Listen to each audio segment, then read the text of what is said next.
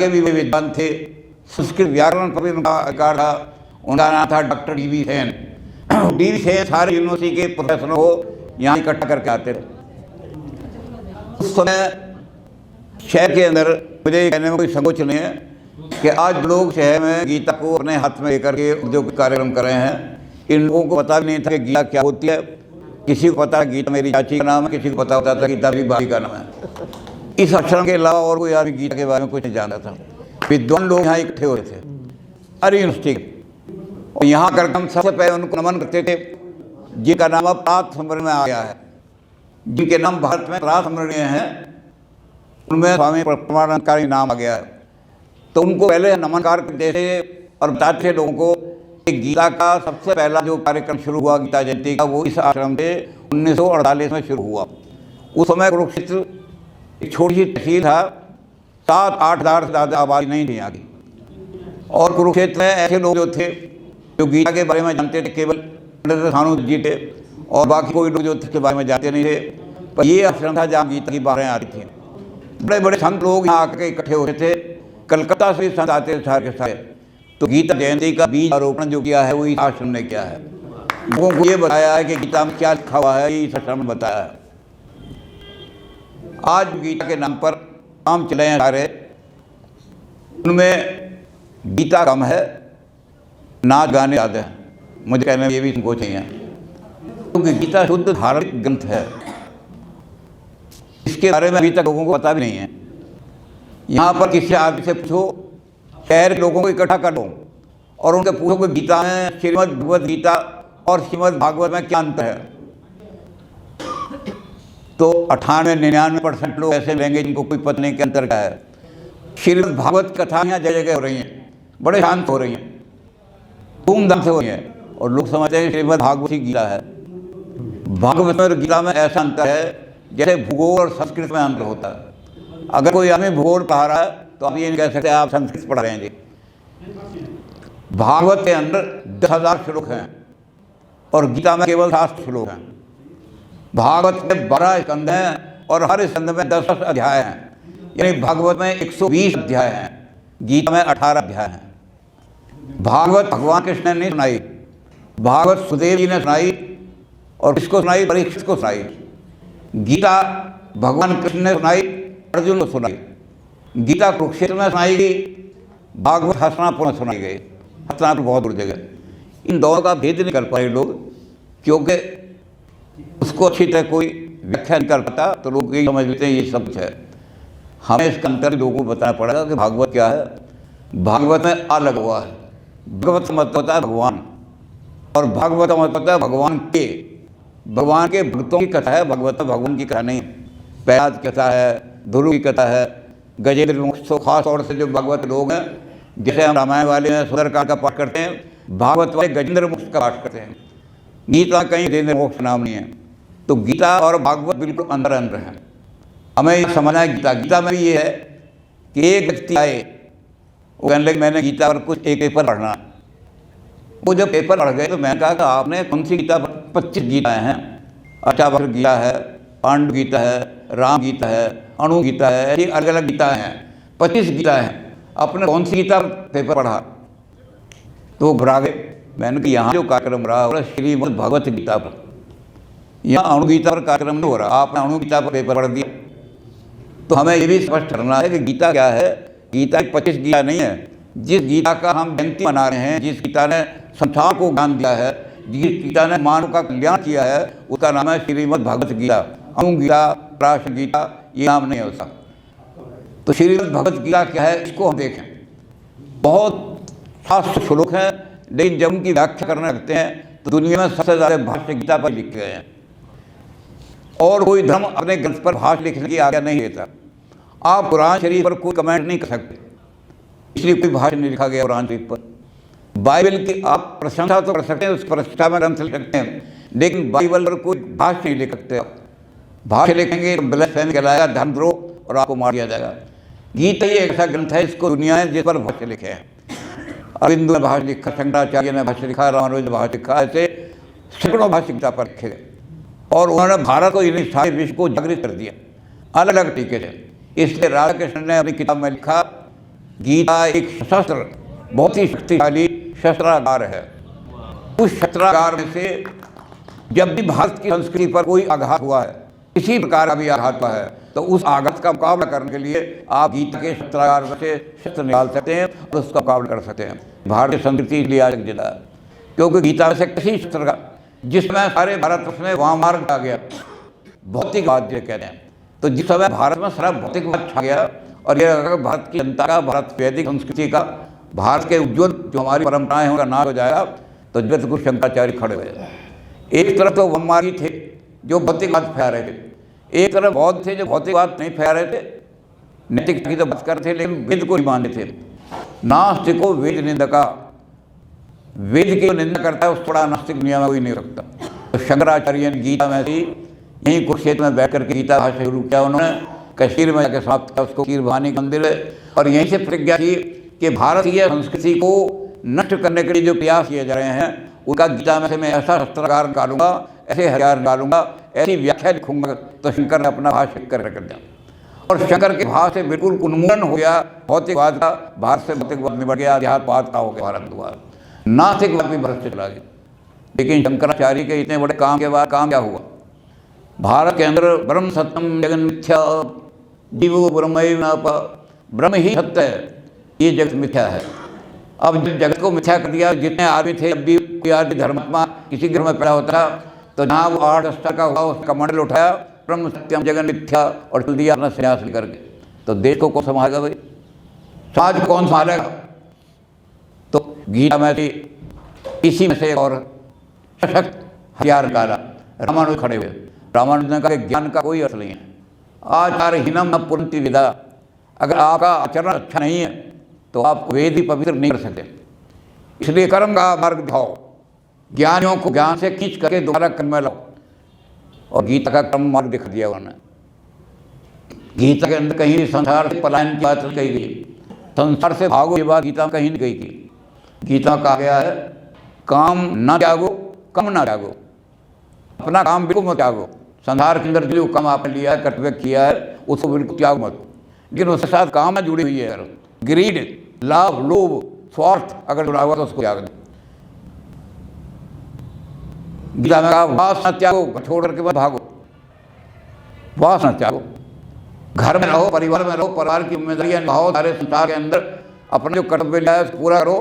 आप बच्चे पैदा हुए हैं, उन बच्चों को पालो पोसो। हमारे बच्चे जानवरों की तरह नहीं है कि कुत्ते बिल्ली की तरह बच्चे जो पैदा हो गए और वो हमने छोड़ दिया सड़क पर। हमें हम जब विवाह मंडप पर बैठते हैं तो पहली प्रतिज्ञा करते हैं उत्तम प्रजाओं से हम समाज को भाएंगे, और जब उत्तम प्रजाओं के हमने प्रतिज्ञा लिए बैठ करके और वास छोड़ के भाग गए, घर छोड़ के भागे, तो बच्चे को उत्तम बन बनेगा। गीता कहते वास मत छोड़ो, लेकिन वासना अगर भैया मोह हो गया उन बच्चों से, तो मोह के कारण मुझे पता है एक आदमी जो था हमारे भजलाल जी सी साहब थे, उनके पास एक आदमी गया, लगा चौधरी साहब मेरे बच्चे को रीडर बना दो यूनिवर्सिटी में। वो कहने लगा भाई तेरा बच्चा कितना पढ़ा हुआ? उनका 10वीं पास की है बच्चे ने। जनरल जी कहने 10वीं पास यूनिवर्सिटी में रीडर नहीं लगे। कहने लगा चौधरी तू झूठ बोल रहा, मेरी तहसीलदार है जो रीडर है 10वीं पास है। अगर बच्चे से आपका मोह हो गया आप समाज का नाश करेंगे। कहते बच्चों को पढ़ो, उत्तम प्रजाएं बनाओ, आपका बच्चा आपसे श्रेष्ठ होना चाहिए, गीता कहती है। गीता कहते अपना कर्तव्य का पालन किया है तो ऐसे बच्चों का ध्यान रखना, आपके बच्चा बुरी सोच ना बैठे, बच्चा कहीं गटका ना करे, और हमने प्रतिज्ञा करी है विवाह पर उत्तम प्रजाएं उत्पन्न करेंगे तो हमारा बच्चा हमसे श्रेष्ठ होना चाहिए। तब तो हम गीता के बात पालन कर रहे हैं, और हम छोड़ करके भगे बच्चे इधर गुंडागर्दी में भंग में भग रहे हैं, तो हमने गीता को क्या लवाया? तो गीता कहती है वास मत छोड़ो, घर में रहो परिवार में, लेकिन वासना छोड़ सारे सारे। जो मोह हो जाता है, जो फंस जा रहे हैं मोह में, उसके कारण से हम ये कह रहे हैं मेरे मैट्रिक पास बच्चे को रीड बनाए, तो हम ये जानते कि हम समाज का नाश करने जा रहे हैं। तो गीता को समझने के लिए बहुत लंबा समय चाहिए, समय बहुत हमारे पास थोड़ा सा है, लेकिन देखो गीता का अगर सार समझना है तो पहला जहाँ से गीता शुरू होती है, कोई ग्रंथ हो आपका, पहले देखो कहाँ से शुरू होता है, क्यों लिखा गया ग्रंथ, इसका आधार क्या है? कृष्ण जी ऐसी थोड़ी बोल रहे, कोई ना कोई कारण होगा, किस कारण का, तो पर्पस क्या है ग्रंथ के लिखने का, और दूसरा देखो निष्कर्ष क्या निकला ग्रंथ में।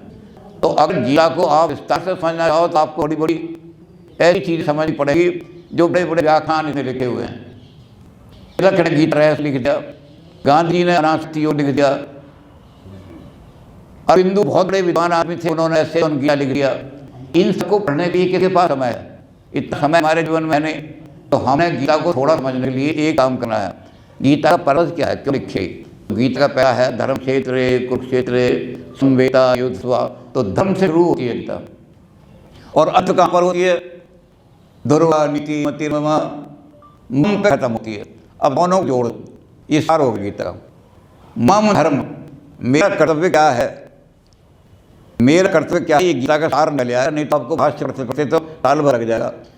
अब आप अपने आप को समझो, मेरा कर्तव्य क्या है। अगर मैं डाकखाने में बैठा हूँ और डाकखाने के अंदर बैठकर डाक दे रहा हूँ, तो मेरा कर्तव्य है कि एक भी लेटर लेट नहीं होना चाहिए। डाक क्या पता कि गरीब आदमी के बच्चे की अपॉइंटमेंट होकर अच्छी आई हो। अगर मैंने डाकखाने में कर दिया कि जी मैं तो आया, पहले अखबार पढ़ा, चाय पीने चला गया, फिर इधर चला गया, डाक तीन लेट हुई और वो चिट्ठी पची तो उसका अपॉइंटमेंट टाइम निकल गया, तो तूने अधर्म काम किया। गीता के सोचता है, गीता क्या कि अपने धर्म को समझो। मम धर्म, जिस जगह बैठे हो, मास्टर हो, टीचर हो, तो ये देखो टीचर क्या है, लड़के अगर फेल होते हैं तो मेरा हो जाएगा, अपने बाप का नुकसान करेंगे, पास हो जाएंगे धरकर। तो लेकिन ये देखो, अगर मैं टीचर हूँ, इनका भविष्य बनाना मेरा काम है। अगर एक लड़का भी भविष्य का बिगड़ जाता है तो उसकी जिम्मेदारी मेरी है कि मैं लड़के नहीं सिखाया, तो मैंने अपने धर्म को नहीं निभाया। तो अपने धर्म को समझना। तो इसलिए उन्होंने कहा, गीता का पहला, कृष्ण जी बात करने लगे तो गीता का पहला वाक्य कहा धर्म क्षेत्र कुरुक्षेत्र। अब जो संस्कृत जानते हैं वो जानते हैं कि संस्कृत में शब्द नहीं होते, शब्द रूप होते हैं। उनको अगर कहीं उठाकर रखो तो उनका अर्थ वही रहता है। तो अब इनको उठाकर रखो, क्षेत्रे धर्म क्षेत्रे कुरुक्षेत्र, अब इनको उठा दो, क्षेत्रे क्षेत्रे धर्मम कुरु। ये गीता का सार निकल आया। मैं किस क्षेत्र में खड़ा हूँ, मेरा फील्ड क्या है अक्षर का। मैं MLA हूँ तो मेरा फील्ड ये है कि जिस क्षेत्र में मैं खड़ा हूँ उस क्षेत्र में कहीं दुराचार नहीं होना चाहिए, उस क्षेत्र में कोई गरीब नहीं हो, उस क्षेत्र में कोई नंगा ना रहे, उस क्षेत्र के अंदर किसी के साथ अन्याय ना हो। मैं अगर MP हूँ तो बड़े क्षेत्र की जिम्मेदारी है मैंने। तो गीता कहती है कि जब तूने जिम्मेदारी ली है तो जिम्मेदारी को निभा, अगर नहीं निभा सका तो जिम्मेदारी छोड़ दे, धोखा मत दुनिया को। तो गीता कहती है क्षेत्र पहचान, अपना क्षेत्र पहचान, मेरा क्षेत्र क्या है। हमारे सभ्यवाद में बैठे हैं, इनकी पत्रकारिता में सबसे बड़ी बात यह है कि उन्होंने अपने क्षेत्र को पहचाना। कहीं भी इन्होंने पत्रकारिता के अंदर ऐसे नन्ना जी थे, नन्ना जी के पत्रकारिता का जीवन जो देखोगे, कहीं नन्ना जी ने किसी को पत्रकारिता के द्वारा बैकमेलिंग नहीं की, कहीं हेलो जर्नलिज्म यानी सेक्स की किताबें लिख रहे हैं, सेक्स की कहानियाँ कर रहे हैं।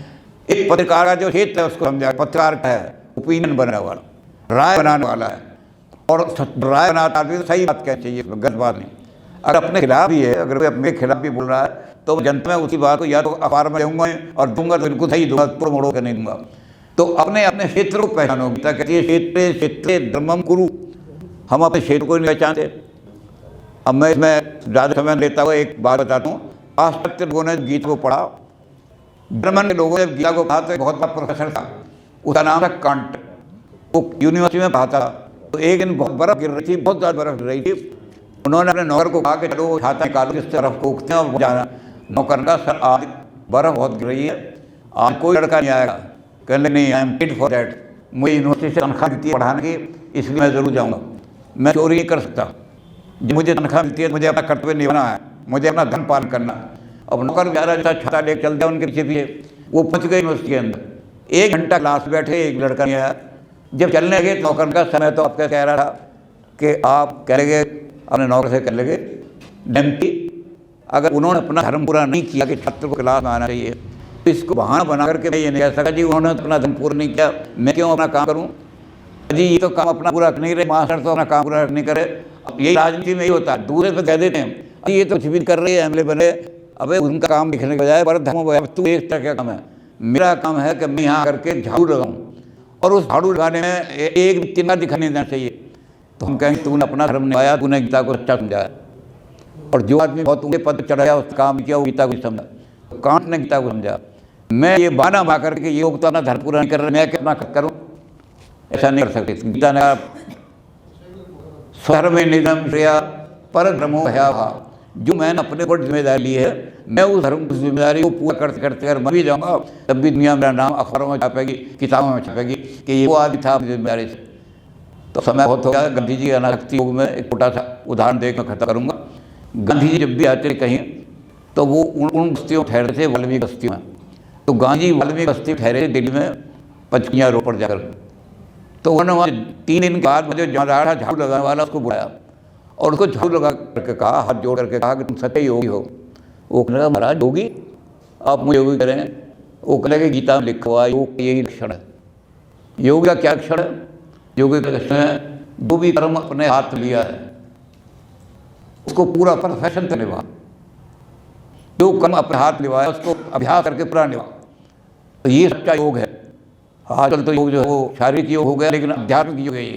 तो कह के मैं 3 दिन से दिख रहा हूँ, जब बाहर निकलता हूँ तो ना तो नाभि में से कोई दुर्गंध आती है और ना कहीं तो ना कोई मिलता है। तो अभ्यास किया है। टैगोर ने भी ये किया। अपने स्कूल में एक मास्टर था, उससे पूछा, लड़कों को पढ़ा था, उन्होंने टैगोर ने उसको बुलाया कि तुम हमारे स्कूल, उनके पिताजी एक स्कूल शुरू में बनाया था, तो टैगोर उसको दिखने गए पुराने स्कूल को, यूनिवर्सिटी बनी थी। तो वहाँ के मास्टर को बुलाया, उसने कहा मैं 8 साल से आप स्कूल पढ़ा रहा हूँ, कहते तुम बच्चों को 8 साल से गलत पढ़ा रहे हो। गीता में तो लिखा हुआ है कि आप अपना जो कर्म लिया है उसमें परफेक्शन प्राप्त करो। योगा कर्मसु कौशलम, जो कर्म आपने अपने हाथ किया है परफेक्शन प्राप्त करो। मैं अगर अंग्रेजी पढ़ा रहा हूँ तो मैं ये कह सकता हूँ मुझसे अच्छी अंग्रेजी कोई पढ़ाएगा। तो इसमें भी मैंने कहा विदेशियों ने हमारी गीता को अच्छे से समझा। A.H. बाम है अंग्रेजी के अंदर, वो अमेरिका के अंदर। उन्होंने जब ये वाक्य पढ़ा गीता का अनुवाद किया है बड़ा अच्छा, उन्होंने जब वाक्य पढ़ा योगा कर्मसु कौशलम, तो उन्होंने एकदम कहा कि इन फ्यूचर जो अमेरिका का कोई भी छात्र निकलेगा बाहर, जिनको मैं पढ़ा हूँ गीता, तो ये कहेगा फ्रॉम निडल टू मिसाइल, सुई से लेकर के मिसाइल तक हमसे ऐसी कोई नहीं बना सकता। ये गीता का योग है। ये तो कम को अपने हाथ में मत टरकाने वाला काम मत करो। तो अपने धर्म को पूरी तरह निभाना, अपने धर्म को निभाते हुए परफेक्शन पूरा करना, जो जिम्मेदारी अपने ऊपर ये समाज की, उस जिम्मेदारी को पूरा करना। सोसाइटी ने मुझे जिम्मेदारी है, मैं समाज के साथ धोखा नहीं करूँगा। सोसाइटी ने मुझे एक काम दिया या मैंने अपनी इच्छा से काम चुना है, क्योंकि स्वभाविक कर्म ही है गीता में, अपनी इच्छा से चुना। मैंने अपनी इच्छा से चुना है, मुझे कोई जबरदस्ती नहीं लेकर गया, क्योंकि कर्म अधिकार थे, कर्म चुनने का अधिकार क्या है। तो तूने अपनी इच्छा से कर्म चुना है, अब तूने अपनी इच्छा से चुना है तो इसके अंदर कोताही मत रख। इसलिए गीता का सार निकाल करके जहाँ राज्यसभा का वो बैठता अध्यक्ष, राज्यसभा का अध्यक्ष प्रेसिडेंट होता है, उसकी कुर्सी के पीछे सुनहरे शब्दों में लिखवा दिया। क्या लिखवा दिया? स्वे स्वे कर्मण्य विरता संसिद्धि में। जब भी आपको राज्यसभा में जाने का मौका मिले, राज्यसभा में भारत के मनीषियों ने गीता का निचोड़ निकाल लिखवा दिया है, स्वे स्वे कर्मण्य विरता संसिद्धि में। जो जो कर्म तूने अपने हाथ में लिया है या समाज ने तुझे लिया है, उसको डिवोटली लेकर, बहुत समझ के मत कर, उसको डिवोटली ये समझ ले यही भगवान की पूजा है। मैंने अगर घर की जिम्मेदारी ली अपनी पत्नी से सभी मैं लाऊंगा, तो बहुत समझ मतलब के टरखाने के लिए लिया है, बल्कि एक कि अगर भिंडी कोई कीड़ा हुआ बच्चे बीमार पड़ जाएंगे, तो ये सोच तो मुझे कर दिया है भगवान की पूजा है। अगर भगवान की पूजा में जरा भी कोताही कर दी तो मैं सब बड़ा पाप करूँगा। वहाँ लिख दिया स्वे स्वे कर्मण्य अभियता का शब्द कर दिया डिवोटेड, उसको भगवान की पूजा समझ कर कि भगवान ने मुझे इस योग समझा, समाज में मुझे इस योग समझा कि ये काम दिया है, अब ये काम जो मुझे दिया ये भगवान का काम है और मैं इसी को करूँ, तो वहाँ क्या होगा? संसिद्धि में लगते ना अपने आप के परफेक्शन मोक्ष मिल जाएगी, कुछ करने की जरूरत नहीं है। जो अपना कर्म है उसको पूरा करे। गीता का साथ थोड़ा सा यही है, गीता पर बहुत पॉइंट लिखी गई हैं, इसमें थोड़ा बहुत हम, क्योंकि मैं शास्त्र से पुराना जुड़ा हुआ हूँ, इसलिए मैंने ज़रा सब ले लिया अपना अधिकार समझ के। मेरा कुछ ये अधिकार है कि शास्त्र में 1963 से जुड़ा हुआ हूँ मैं इनके साथ। और यहाँ वो जो छोटी जगह थी, आज भगवान के प्रताप से बढ़ते बढ़ते बढ़ते इतनी जगह बन गई। ये इनके पुण्य प्रताप हैं, स्वामी सत्यानंद जी का प्रताप। और जिनका नाम उन्होंने लिखा है प्रणवानंद, वो तो आज एक महान पुरुष बन करके और प्रातस्मरणीय बन गए हैं। ये उन्हीं का प्रताप का इतना बड़ा आश्रम ये उनके खड़ा हो गया है। मैं उनके चरणों में नमस्कार करता हूँ। और जो इस आश्रम को चलाए हैं आज, यहाँ इन्होंने बीज जो बोया था गीता का, सबसे पहले गीता ही शुरू हुई थी, गीता जयंती। मैं उसके लिए भी आश्रम के सारे साधुओं को, सारे संतों को और सारे काम करने वालों को बारंबार उनके चरणों में नमस्कार करता हूँ।